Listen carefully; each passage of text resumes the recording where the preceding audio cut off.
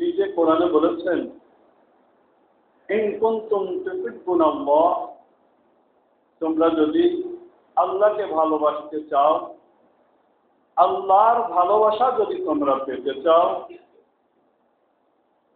ফাত্তাবিউনি, নবীজির জবানে আল্লাহ বলাচ্ছেন, হে নবী আপনি বলে দেন আমাকে ইত্তেবা করো, আমাকে ইত্তেবা করো, অর্থাৎ অনুকরণ করো, অনুসরণ করো।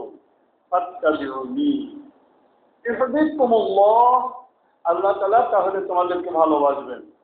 আল্লাহ তাআলা তোমাদেরকে কি ভালোবাসবেন? আল্লাহ তাআলা তোমাদেরকে ভালোবাসবেন। ওয়া ইয়াগফির লাকুম যুনুবাকুম, এবং আল্লাহ তাআলা তোমাদের সমস্ত গুনাহগুলি ক্ষমা করে দেবেন। তাহলে নবীজির ভালোবাসলে আল্লাহ আমাদেরকে ভালোবাসবেন, নবীজিকে ইত্তেবা করলে আল্লাহ আমাদেরকে ভালোবাসবেন। ইত্তেবা কে কাকে করে? যে যাকে ভালোবাসে সে তাকে ইত্তেবা করে। আমরা যে যে দলই করি না কেন, আমাদের দলের যিনি নেতা থাকেন, প্রতিষ্ঠাতা থাকেন, আমরা তাকে ভালোবাসি বিধায় তিনি ওই দলের যে সমস্ত নিয়ম কানুন তৈরি করে দিয়েছেন সেগুলি আমরা মেনে চলি। যেমন ধরুন, আমরা ফুরফুরা সিলসিলা মুজাদ্দিদ জামানকে অনুসরণ করি। তিনি যেভাবে জিকির করতে বলেছেন, নফল ইবাদত করতে বলেছেন, জুব্বা পরিধান করতে বলেছেন, টুপি পরিধান করতে বলেছেন, আমরা সেটা করি। কেন করি? আমরা তাকে ভালোবাসি। পক্ষান্তরে অনেক বড় বড় আলেম পৃথিবীতে এখনো আছে, তারা যেভাবে জুব্বা পরে আমরা সেভাবে জুব্বা পরি না, তারা যেভাবে টুপি পরে আমরা সেভাবে টুপি পরি না। তার কারণ মুজাদ্দিদ জামান রাহমাতুল্লাহ আলাইহির থেকে আমরা তাদেরকে বেশি ভালোবাসি না, এজন্য তাদের ইত্তেবা করি না। এই কথা থেকে প্রমাণ হয় যে যাকে মানুষ ভালোবাসে তাকেই ইত্তেবা করে। সুতরাং ইত্তেবা করতে হলে আগে অন্তরে ভালোবাসা তৈরি করতে হয়। এজন্য নবীর ভালোবাসা, আল্লাহ রাসূল বলেছেন, মান আহাব্বা সুন্নতি মান তাশাব্বাহা বিকওমিন ফাহুয়া মিনহুম লা ইউমিনু আহাদুকুম হাত্তা আকুনা আহাব্বা ইলাইহি মিন ওয়ালিদিহি ওয়া ওয়ালাদিহি ওয়ান নাসি আজমাইন। ততক্ষণ পর্যন্ত তোমরা কেউই মুমিন হতে পারবা না, ঈমানদার হতে পারবা না, যত সময় আমি নবী মুহাম্মদুর রাসূলুল্লাহকে তোমার পিতামাতা, তোমার ছেলে মেয়ে স্ত্রী, দুনিয়ার সকল মানুষ থেকে বেশি ভালো না বাসবে। আল্লাহ বললেন নবীকে ইত্তেবা করতে, আর নবী বললেন নবীকে ভালোবাসতে। ভালো না বাসলে মুমিন হওয়া যাবে না। তাও কেমন ভালোবাসা? কেমন ভালোবাসা? সকল কিছুর থেকে বেশি ভালোবাসা। ধন সম্পদ, বাড়ি গাড়ি, ছেলে মেয়ে, স্ত্রী, পিতা মাতা, বন্ধু বান্ধব, নেতা, সকলের থেকে বেশি ভালো না বাসবে ততক্ষণ কেউই মুমিন হতে পারবে না। সুতরাং আমরা যদি নবীকে ভালো না বাসি আমরা তো মুমিন হতে পারবো না। আর নবীর ভালোবাসা প্রমাণ হবে কি করে? নবীজি বলছেন, মান তাশাব্বাহা বিকওমিন ফাহুয়া মিনহুম। তোমরা আজকে যাকে অনুসরণ করবা তার সঙ্গেই তোমাদের হাসর নাসর হবে। আমার নবী আরো বলেছেন, মান আহাব্বা সুন্নতি ফাকাদ আহাব্বানি ওয়া মান আহাব্বানি কানা মা'i ফিল জান্নাহ। যে আমাকে ভালোবাসে সে আমার সুন্নাতকে ভালোবাসে, যে আমাকে ভালোবাসে সে আমার সুন্নাতের উপরে আমল করে, যে আমাকে ভালোবাসে সে আমার সুন্নাতকে নিজের জিন্দেগিতে চলার পথেও দিক নির্দেশনা হিসাবে গ্রহণ করে। সেটা কিসে? পেশাব পায়খানা করার সময় নবীর সুন্নাত মানতে হবে, খানা খাওয়ার সময় নবীর সুন্নাত মানতে হবে, পোশাক পরার সময় নবীর সুন্নাত মানতে হবে, নামাজ পড়ার সময় নবীর সুন্নাত মানতে হবে, রোজা রাখার সময় নবীর সুন্নাত মানতে হবে, হজ করার সময় নবীর সুন্নাত মানতে হবে, জিহাদ করার সময় নবীর সুন্নাত মানতে হবে, তাবলীগ করার সময় নবীর সুন্নাত মানতে হবে, জিকির পীরমুদি করতে হলে নবীর সুন্নাত মানতে হবে, রাষ্ট্র পরিচালনা করতে হলেও নবীর সুন্নাত মানতে হবে। যদি সুন্নাতের বাহিরে কেউ রাষ্ট্র পরিচালনা করে সে সুন্নাতকে জবাই করে দিয়ে বেদাতি হয়ে যাবে। কেউ সুন্নাতকে জবাই করে দিয়ে যদি পীর মুরিদি খানকা প্রতিষ্ঠিত জিকির আজকার করে, নবীর সুন্নাতকে জবাই করে দেওয়ার কারণে নবীর দল থেকে বের হয়ে যাবে।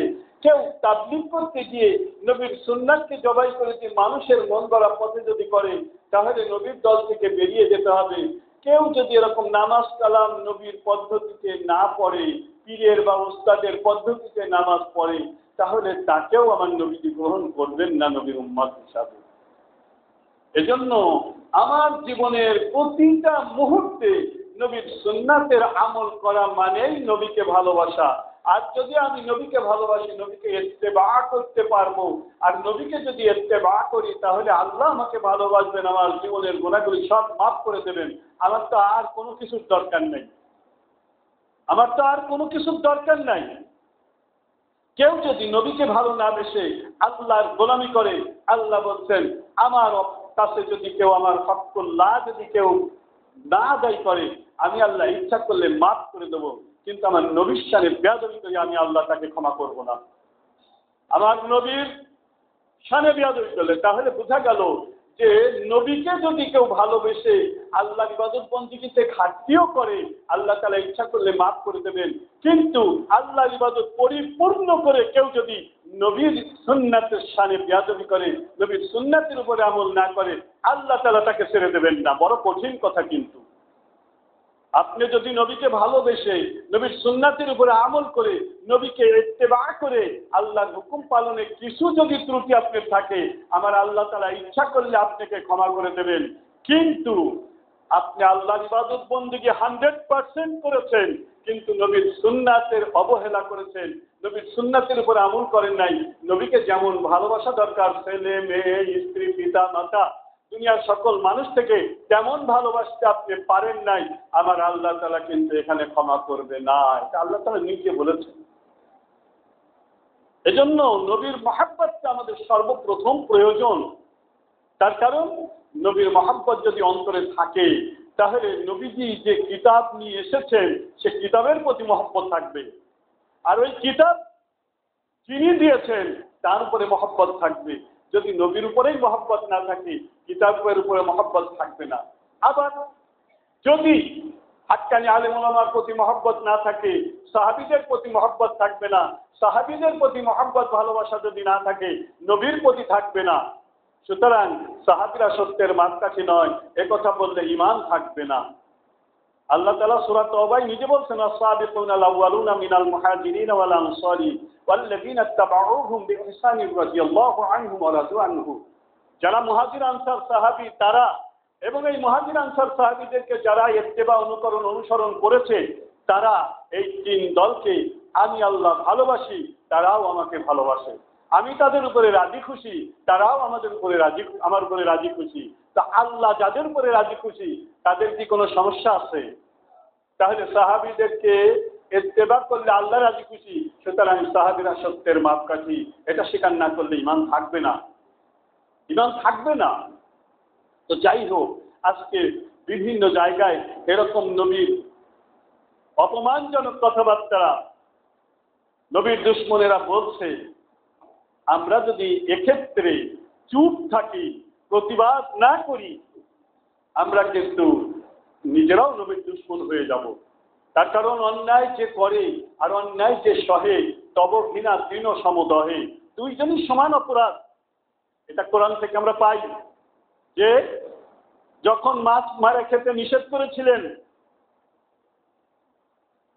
দাউদ আলাইহিস সালামের উম্মতদেরকে, তারপরেও যখন তারা মাছ মেরে খেয়েছিল, তো যারা খেয়েছিল আর যারা খায় নাই, বাধাও দেয় নাই, দুই দলের উপরে গজব এসেছিল।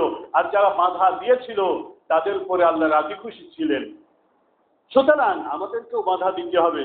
আল্লাহ রাসূল সাল্লাল্লাহু আলাইহি ওয়াসাল্লাম বলছেন, ওয়ান আবি সাইয়্যিদিল খুদরি রাদিয়াল্লাহু তাআলা আনহু قال سمعت رسول الله صلى الله عليه وسلم من رأى منكم منكرا فليغيره بيده فإن لم يستطع فبلسانه فإن لم يستطع فبقلبه وذلك أضعف الإيمان رواه متفق عليه। বুখারী মুসলিম শরীফের মধ্যে হাদিসটা আসছে, আবু সাঈদ খুদরি রাদিয়াল্লাহু তাআলা আনহু বলেন, আল্লাহ রাসূলকে বলতে শুনেছি, যখন অনৈতিক অনইসলামিক কার্যকলাপ সমাজে হতে দেখবে, তখন তুমি হাত দ্বারা বাধা দেবে, হাত দ্বারা বাধা দেবে, ক্ষমতা শক্তি দ্বারা বাধা দেবে। এই কথাটুকুর অর্থ অনেক মুহাদ্দিস বলেছেন, এ দায়িত্ব যাদের হাতে রাষ্ট্রীয় ক্ষমতা, যাদের হাতে রাষ্ট্রীয় ক্ষমতা, এ দায়িত্ব তাদের।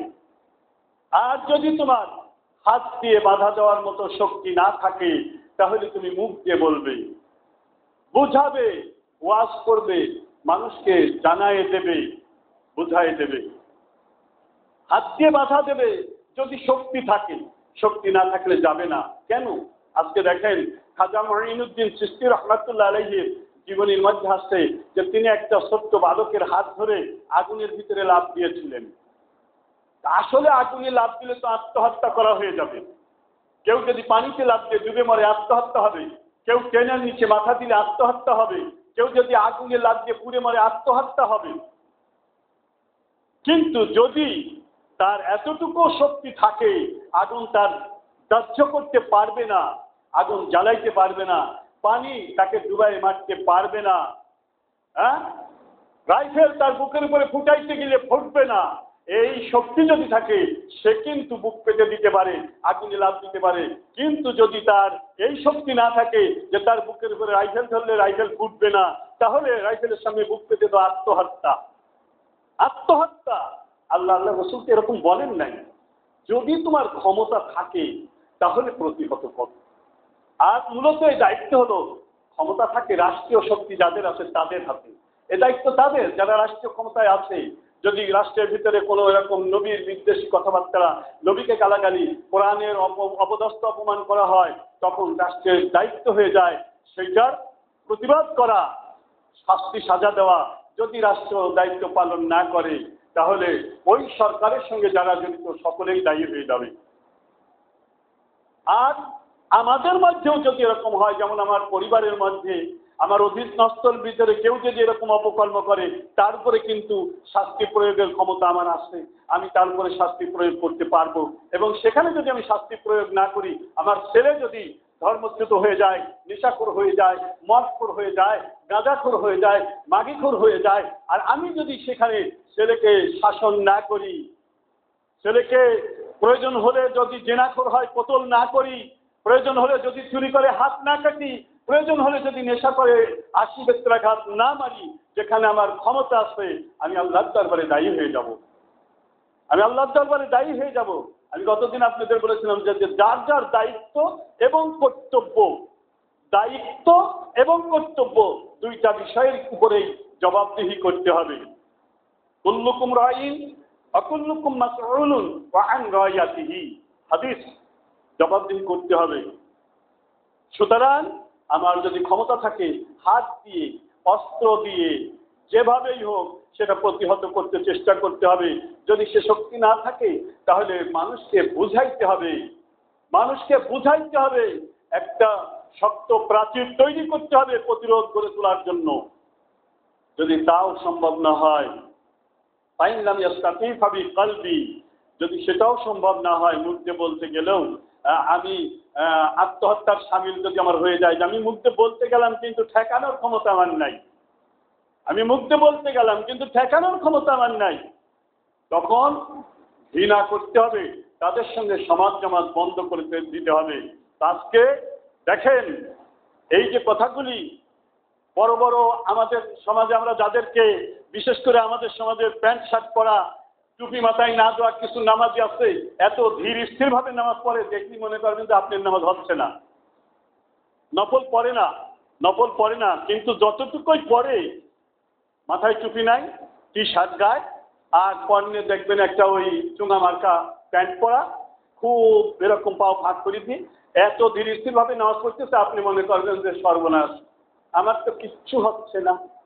তো তাদের যারা গুরু, এই গুরুরা কি বলছে জানেন? কিয়ামতের ময়দানে নবীজি আল্লাহর দরবারে যখন হিসাবের কাঠগড়ায় দাঁড়াবেন, তখন আল্লাহর দিকে নবীজি ফ্যাল ফ্যাল করে তাকায় থাকবেন। একটু জোরে বলবেন না? হলো না? নাউজুবিল্লাহ, আল্লাহ ক্ষমা করুন। তার কারণ আল্লাহ তাআলা নিজে কোরআনে বলছেন, ওয়ালা সাওফা ইউতিকা রাব্বুকা ফাতারদা। হে নবী, কিয়ামতের ময়দানে আমি যখন হিসাব গ্রহণ করব, তুমি যত সময় সন্তুষ্ট না হবা তত সময় তোমার কথা আমি শুনতেই থাকবো। তুমি যতগুলি লোক জান্নাতে দিতে বলবা, আমি দিতেই থাকবো, দিতেই থাকবো, দিতেই থাকবো, যত সময় তুমি খুশি না হবা। তাহলে যিনি জাহান্নামীদেরকে সুপারিশ করে জান্নাতে নেবে, এবং তত সময় আল্লাহ বলছেন কি, ওয়ালা সাওফা ইউতিকা রাব্বুকা ফাতারদা, সূরা দহা, না সূরা আলাম নাসর, সূরা দোহা।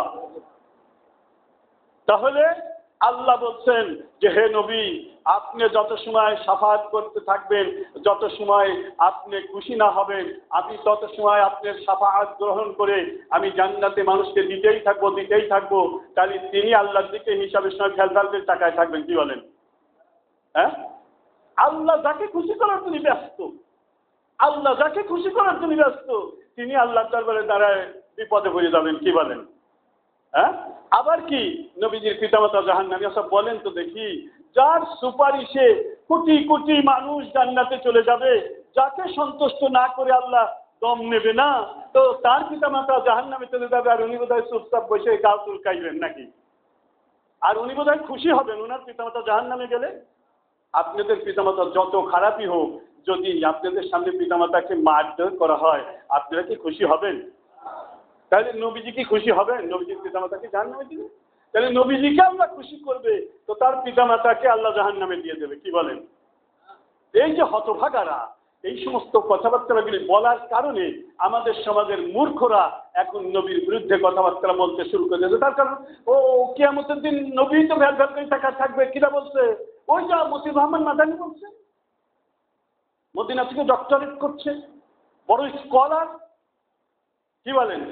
বড় স্কলার আব্দুর রাজ্জাক বিন ইউসুফ বলছে, বড় স্কলার আব্দুর রাজ্জাক বিন ইউসুফ বলছে নবীর পিতামাতা জাহান্নামী। যাই হোক, এই এদেরকে আপনারা সকলে স্কলার বলে মানেন, এজন্য যারা মূর্খ তারাও স্কলার বলে বানিয়ে তারা এখন বলতেছে যে নবী কিয়ামতের দিন কিছু করতে পারবে না। এ কথার বলার নেপথ্যে কি আছে জানেন? এ কথা বলার নেপথ্যে খ্রিস্টান ধর্ম প্রচার হচ্ছে। কেন? খ্রিস্টানেরা যে আপনার কাছে বলবে যে দেখো তোমার স্কলারই তো বলছে যে তোমার নবী কিয়ামতের দিন আসামির কাঠগড়ায় ফ্যাল করে তাকায় থাকবে, আর সে সাফাত করতে পারবে না, তার পিতামাতাও জাহান্নামে চলে যাবে, সে বাঁচাইতে পারবে না। তাহলে সেই নবীকে তুমি অনুসরণ করে তোমার লাভটা কি আছে? বরং আমাদের ঈসা মাসীহ তিনি কি বলেছেন জানো? তিনি বলেছেন যারা আমার উম্মত হবে আমি তাদেরকে জান্নাতে নিয়ে চলে যাব। তাহলে আসো আমরা এই সব দলে যাই, আসো খ্রিস্টান ধর্ম গ্রহণ করি, এই বলে মানুষকে খ্রিস্টান বানাবে। এই জন্য স্কলার, এই সমস্ত স্কলারের মুখকে এই কথাগুলি কিন্তু তারাই বের করাচ্ছে। এই স্কলাররা তাদেরই, তারা খ্রিস্ট ধর্ম প্রচার প্রতিষ্ঠিত করবার নেপথ্যে এই কথাগুলি আছে। যেমন আহলে কোরআন একটা দল আছে, আপনি যখনই বলবেন সব সমস্যার সমাধান আল কোরআন, তখন ওই আহলে কোরআন আপনার কাছে এসে বলবে যে কোরআন যখন সব সমস্যার সমাধান দেবে তখন আমরা আর বাইরে কেন যাব? আপনি বলবেন যে না, কোরআনের ব্যাখ্যা বিশ্লেষণ তো হাদিস। এখন আপনাকে কি বলবে জানেন? যে সাহাবীরা যেহেতু সত্যের মাপকাঠি হতে পারে নাই, সাহাবীদের মধ্যে ভুলভ্রান্তি ছিল, তো সেই সাহাবীরা যে হাদিস বলছে ওই হাদিস কি এত বিশ্বাস করা যায়? ওই সাহাবী মিথ্যাবাদী ছিল, ওই সাহাবী দূরে হওয়ার কারণে মানে ব্রেন একটু এলোমেলো হয়ে গিয়েছিল, এই সমস্ত কথা বলে আপনার হাদিসগুলিকে জাল জয়ীফ দুর্বল বানায় দেবে। তাহলে কোরআনের ব্যাখ্যায় আপনি ধরা পড়ে যাবেন। আজকে এই আহলে কোরআনরা কি ব্যাখ্যা করতেছে জানেন? আল্লাহ কোরআনে 82 জায়গায় নামাজ কায়েমের কথা বলেছে, একটি জায়গায় কি বলেছে যে সূরা ফাতিহা পড়তে হবে, অমুক সূরা পড়তে হবে, তারপরে হলো আপনার এরকম মাজা ব্যাখ্যা করে রুকু করতে হবে, কপাল মাটিতে দিয়ে সেজদা করতে হবে। আল্লাহ কি এরকম একটা জায়গায় বলেছে? তো 82 জায়গায় নামাজের কথা বলেছে, একটা জায়গায় নামাজ পড়ার নিয়ম বললো না। তখন আমি আপনি বলবো যে এই নিয়ম তো রসুল আমাদের শিখাইছেন, হাদিসে আছে। তাই হাদিস তো তুমি বলতেছো, হাদিস তো 200 বছর পরে লেখা হয়েছে। এবং যে সাহাবীদেরকে আমরা বিশ্বাস করব তাদের তো সত্যের মাপকাঠি হিসাবে মানা যায় না, তো তাদের বর্ণিত হাদিস কি করে মানা যায়? কেউ না কেউ এইটাই বুঝে নেবে শেষ পর্যন্ত। এখন তখন কি বলবে যে আসলে নামাজ মানে কি জানো, যেখানেই নামাজ সেখানেই জাকাত। এই নামাজ অর্থ হলো হালাল উপার্জন, অর্থাৎ তুমি হালাল উপার্জন করে জাকাত দাও, দান করো। ওই সালাত মানে হালাল উপার্জন, এটা আপনাকে এই আহলে কোরআনরা বুঝাচ্ছে।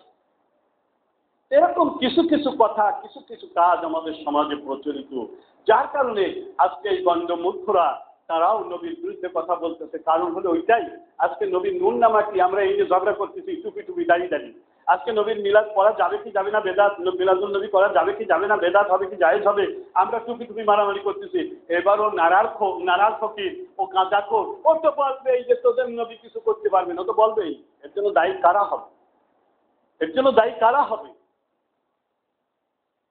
ও যদি দেখতো যে না সব টুপিওয়ালা নবীর প্রতি একই রকম ভক্তি শ্রদ্ধা ভালোবাসা মহব্বত আছে, সুতরাং আমি যদি একটা বলি সব টুপিওয়ালা এক হয়ে যাবে, আমার কপালে কষ্ট আছে, ও বলবে না, ও বলবে না।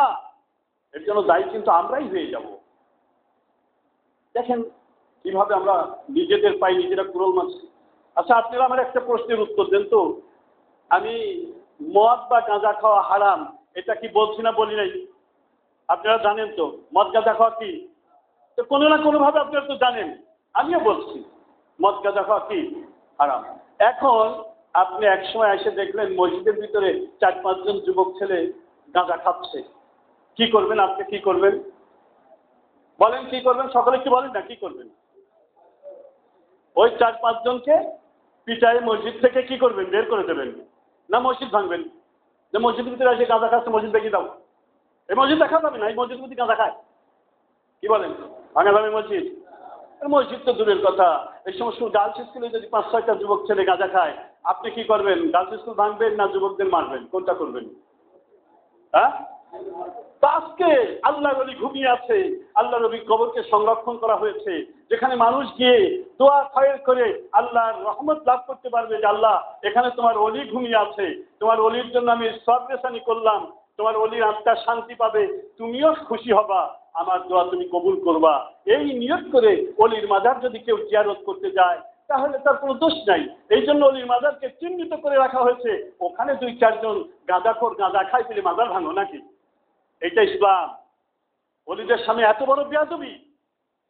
ওখানে যে শুয়ে আছে তার তো কোনো অপরাধ নাই, তার কবরটা সংরক্ষণ করা একটা অপরাধ নয়, তার কবরের কাছে গিয়ে তার জন্য দোয়া করে আল্লাহর কাছ থেকে বরকত লাভ করা এটা তো অপরাধ নয়। কিন্তু ওই কবর সেজদা যে করছে, গাঁজা যে খাচ্ছে অপরাধী সে, তাকে কিছু না বলে মাজার ভাঙো, অলি বিদ্বেষী, আল্লাহ সহ্য করবে না, আল্লাহ সহ্য করবে না। একটু অপেক্ষা করো, একটু অপেক্ষা করো, কারণ আল্লাহ সাথ দেয়, কোনোদিন ছেড়ে দেয় না, সাথ দেয় ছেড়ে দেয় না। আল্লাহ নিজে বলছেন যারা ওলিদেরকে গালাগালি করে তারা যেন আমার সঙ্গে যুদ্ধে লিপ্ত হয়ে যায়, তারা যেন আমার সঙ্গে যুদ্ধে লিপ্ত হয়ে যায়।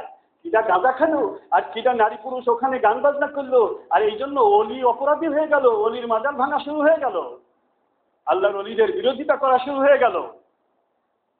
আল্লাহ তাআলা আমাদেরকে হেফাজত। দেখুন আজকে বাংলাদেশে ইসলাম কে আনছে? অলিরা আনছে, পীররা আনছে।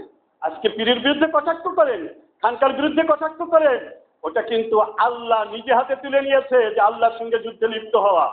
এখন শাহজালাল, শাহপরান, শামাদ্দুন, বাইজিদ বোস্তামি, নিজামুদ্দিন আউলিয়া, খানজাহান আলী, শাহ মাহমুদ সুলতান বাকলি বালখি, খাজা মঈনুদ্দিন চিশতি, মুজাদ্দিদ আলফেজ সানি, শাহেখ আহমেদ দেহলভী, এরা কারা ছিলেন? এরাই তো দেশে ইসলাম এনেছে। মুজাদ্দিদ জামান ফুরফুরা দাদা হুজুর পীর সাহেব কিবলা, হ্যাঁ, এরাই তো দেশে ইসলাম এনেছে। এরা কারা ছিল? এরা তো পীর ছিল, এরা তো পীরের মুরিদ ছিল।